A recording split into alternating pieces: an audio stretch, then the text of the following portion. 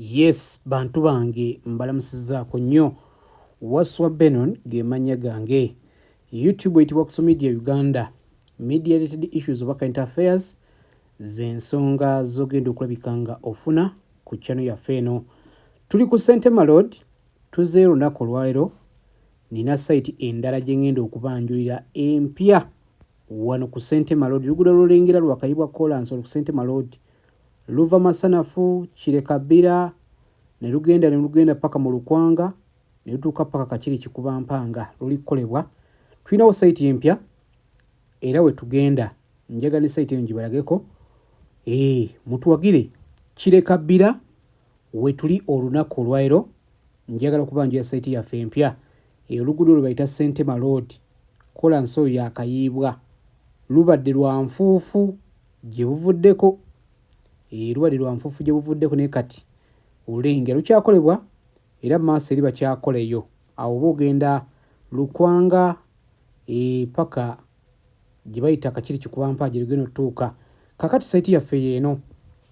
Tuli wano Kirekabbira. Site eno olina okukwata mu nsawo omukono ne gukkirayo ddala ku bukadde bwa Uganda 9 ogenda funa 5 ku 10 wano eno. Tuli Kirekabbira okuva ku Kolansi tuuka site eno weeri. Ogenda tambuza bigere. Okuva ku Kolansi otuuka site eno weeri wano Kirekabbira. 5 ku 10 ku bukadde bwa Uganda 9. Kolansi oli gw'olengera. Kolansi ali awo.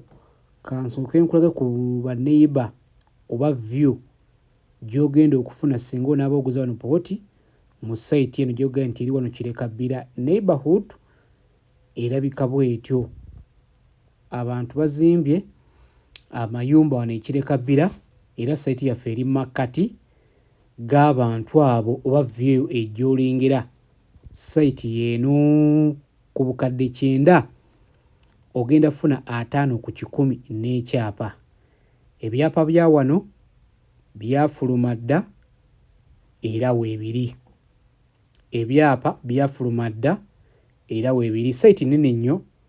Twasize kumpi eka nga 6 zizaasaliddwa. Kati gweoyinza okuba ng'ogaa nti oyagalawo half acre, oyagalawo 10 ku 10, oyagalawo 5 ku 10, eyangwako.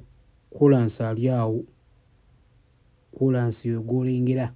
Oli owa Ssentema Road ndowooza emmotoka eyo girengera. Ye Kolansi oyo owa Ssentema Road ogenda kuba ng'omulaba. Okuva otuuka wano gatambuza bigere. Tuli Kirekabbira wano ku Ssentema Road. 5 ku 10 ku millioni za Uganda 9 ogenda gifuna ekyapa. Eri gwe ayagala okuzimba apartment, oyagala zimba nnyumba ya maka, oyagala zimba rentals, olina projects ezenjawulo z'oyagala okukolera mu kibuga makkati, jangu wano eno Kirekabbira tuguze 5 ku 10 ku bukadde bwa Uganda 9. We are in Kirekabbira along Ssentema Road. Today I've brought for you this amazing estate. We have got more plots here. 50 by 100 at 90 million Ugandan shillings with a private mile rent title. If you get interested, anyone who is watching this video, when you get interested in buying a plot here, kindly inbox me on my number. It is there on the screen. It is on WhatsApp. You can come in my WhatsApp inbox or call me directly and we talk more about this estate. We have got like 50 plots here. There are like 50 plots here. 50 by 100 at 90 million Ugandan shillings with the land title. Kirekabbira along Ssentema Road.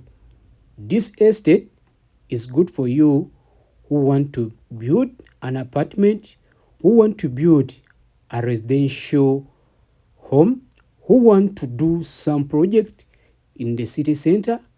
Come and book your best position here at 90 million Ugandan shillings with the land title 50 by 100, which is equivalent to 12 decimals here in Kirekabbira along Ssentema Road. Kirekabbira, it is the road that takes you from Masanafu Kireka Bira Rukwanga up to Kachiri Chikubampang. That newly constructed route from Masanaf to Kachiri Chikubampang is where I am right now. This is the beautiful estate I've brought for you today at 90 million Ugandan shillings.